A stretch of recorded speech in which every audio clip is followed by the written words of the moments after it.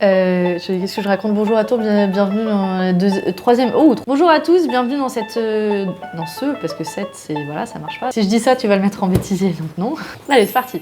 Bonjour à tous et bienvenue dans ce troisième épisode de L'Aubry qui court. Cette semaine, on est de retour à Bruxelles. C'est la première semaine où on a siégé en commission. Alors, c'est le jargon qu'on utilise dans le Parlement européen. On va vous en parler un peu plus des commissions dans lesquelles je siège et puis de mes nouveaux amis dans ces commissions. Vous allez voir, on siège avec du beau monde. Allez, c'est parti, générique.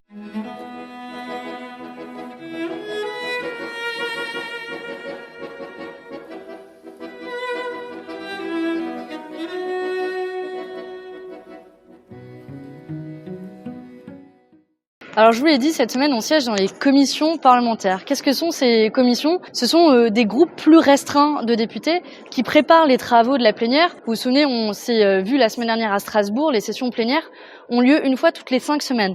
Le reste du temps, nous travaillons en commissions qui sont toutes spécialisées sur des domaines différents. Des commissions au Parlement européen, il y en a 21. Il y en a par exemple sur la pêche, l'environnement, l'industrie, la recherche, les affaires juridiques, emploi et affaires sociales. Ça vous donne des exemples de commissions et elles sont de tailles différentes, entre 25 et pour les plus petites et 73 députés pour les plus grandes.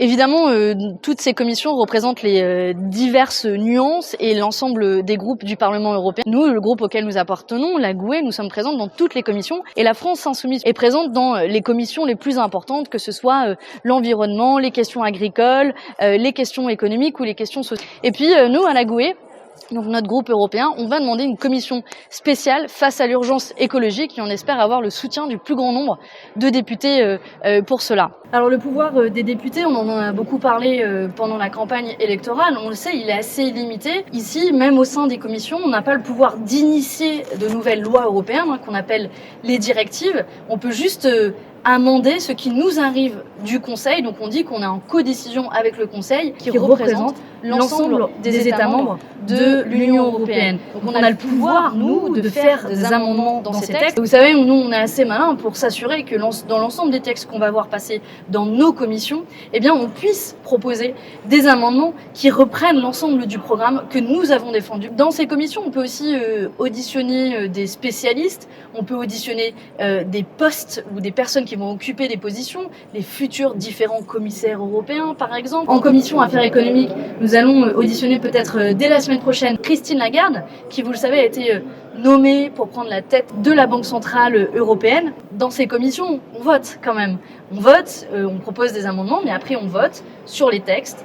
Et on peut aussi, par exemple, s'opposer au traité de libre-échange, le traité avec le Mercosur, qui va passer dans la commission. Il y a une commission spécifique qui s'occupe du libre-échange. On vous mettra en commentaire la liste entière de ces commissions parce qu'elles tiennent compte de la diversité des sujets qui sont abordés ici au sein de l'enceinte européenne. Et vous verrez qu'en fait, aucun sujet véritablement n'échappe au débat, mais notre pouvoir est plus ou moins limité. Et c'est un autre scandale démocratique.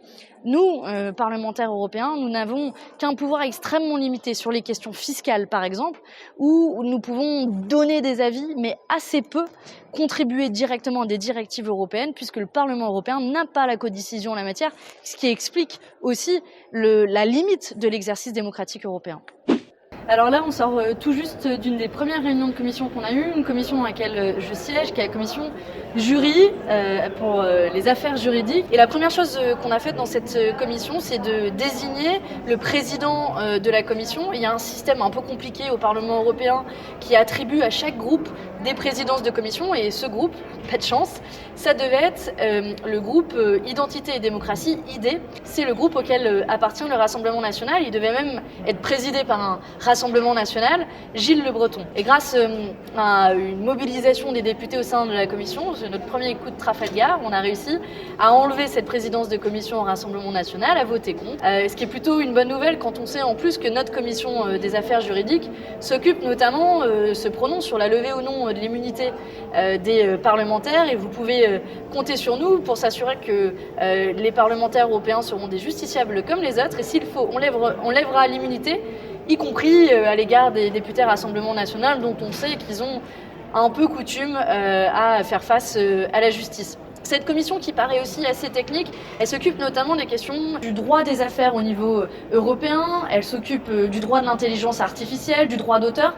Ça peut paraître assez technique comme ça, mais en fait c'est essentiel. Notamment, nous, une des choses qu'on veut pousser dans cette commission, c'est la question de la régulation des entreprises multinationales qui violent les droits de l'homme. Et derrière le côté droit des affaires et droit économique, en fait, c'est le pouvoir que peuvent reprendre les États européens sur les entreprises, d'où l'importance de se mobiliser dans cette commission. Un autre exemple de sujet aussi qu'on va reprendre dans cette commission, c'est ce qu'on appelle le class action en anglais.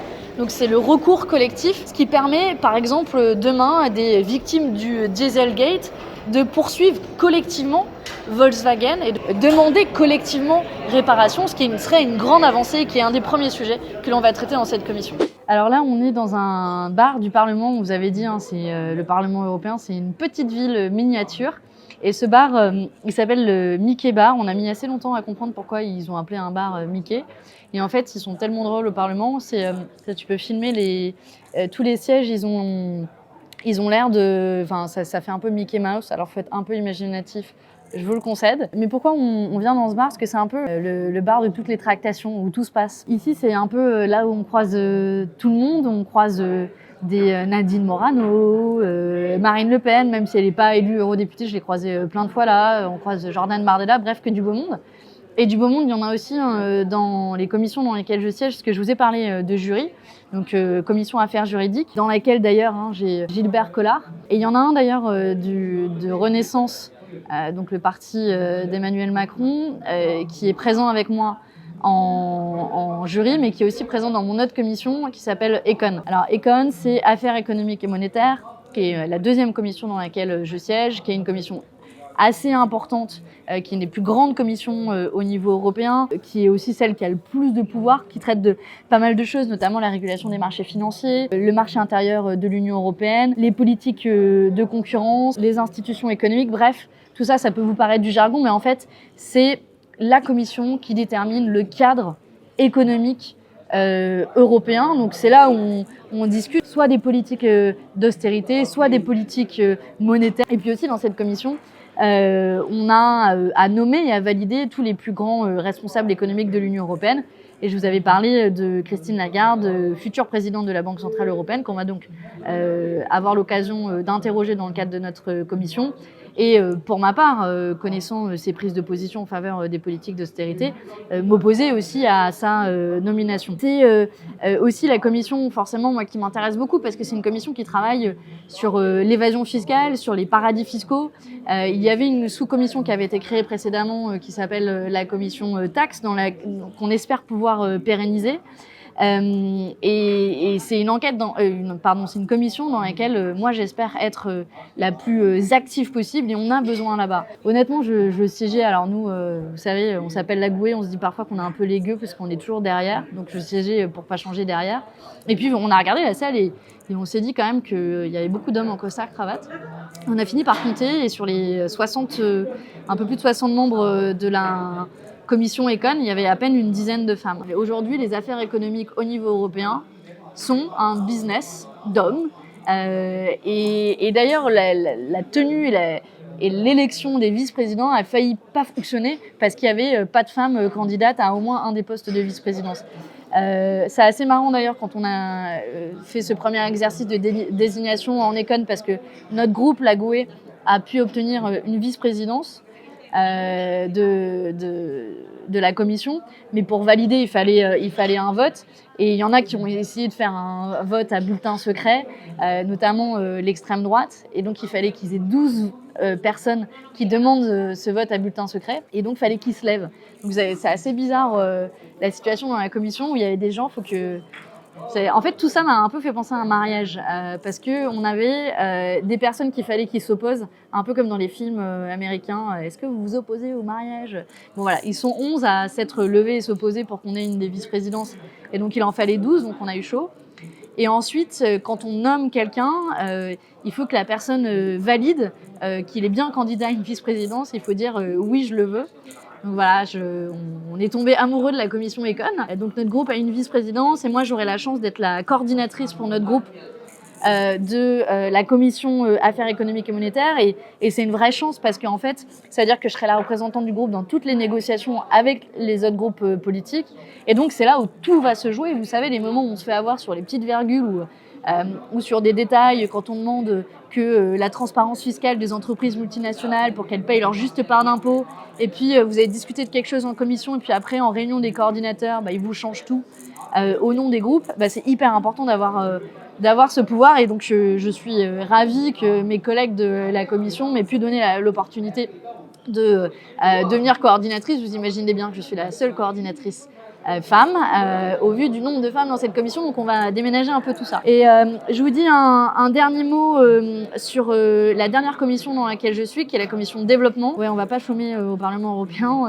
Moi, je suis présente dans 3 commissions. Et donc, je suis présente dans la commission développement, qui est une commission qui agit à plusieurs niveaux. D'abord sur la question des urgences humanitaires au niveau international, sur les guerres, les catastrophes naturelles, qui peut faire des appels, y compris en lien avec la commission droit sur des violations de droits de l'homme. Son travail aussi de fond porte sur les questions d'aide au développement, notamment dans quelle mesure on délègue au secteur privé le soin du développement d'un certain nombre de pays. Je vous donne des exemples concrets. C'est de privatiser le secteur de l'éducation dans un certain nombre de pays en développement. Donc de laisser aux soins du privé la capacité à faire des écoles et donc à avoir des prix prohibitifs, pas la même équité au niveau scolaire.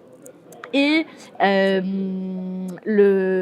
cette commission, elle est assez intéressante parce qu'elle traite d'énormément de questions d'inégalité ou d'égalité nord et sud. Et notamment, elle peut aussi donner des avis sur des accords de libre-échange. Ça a été le cas, elle a donné son avis sur l'accord de libre-échange avec le Vietnam.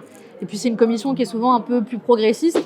Voilà, c'est 3 commissions où il y a du beau monde dedans. C'est 3 commissions qui sont assez complémentaires parce que toutes les 3 touchent en fait à la question de la régulation de l'économie, du pouvoir des entreprises vis-à-vis du pouvoir des États, du pouvoir d'un petit nombre vis-à-vis du pouvoir du plus grand nombre. Merci à tous d'avoir suivi ce 3e épisode de L'Aubry qui court. Alors, c'est pas encore les conditions parfaites de tournage, on y arrive bientôt. J'espère que vous y voyez un peu plus clair sur cette semaine à Bruxelles entre toutes les commissions. Nous aussi, on a un peu couru au propre comme au figuré cette semaine. Merci pour votre suivi, vos commentaires, vos propositions. Grâce à vous, on a dépassé le millier d'abonnés en si peu de temps et en 3 épisodes. C'est plutôt bien joué. N'hésitez pas de nouveau à partager la vidéo, à nous faire de nouveaux commentaires sur cet épisode qui a été tourné dans des conditions un peu plus difficiles que d'habitude. On vous racontera les dessous. Et puis, si vous n'êtes pas encore abonné, à vous abonner pour suivre les prochaines et un petit pouce bleu si vous l'avez bien aimé. Allez, on se revoit très bientôt. La semaine prochaine, on remet le cap à Strasbourg. 2e session plénière, notamment rencontre avec la future présidente de la Commission européenne, Ursula von der Leyen. Ça va déménager. J'ai oublié quelque chose. Bienvenue dans ce 3e... Ah, on l'a fait. Alors, c'est quoi une commission? Une commission, ce sont... alors, c'est nul de dire une commission, c'est une commission.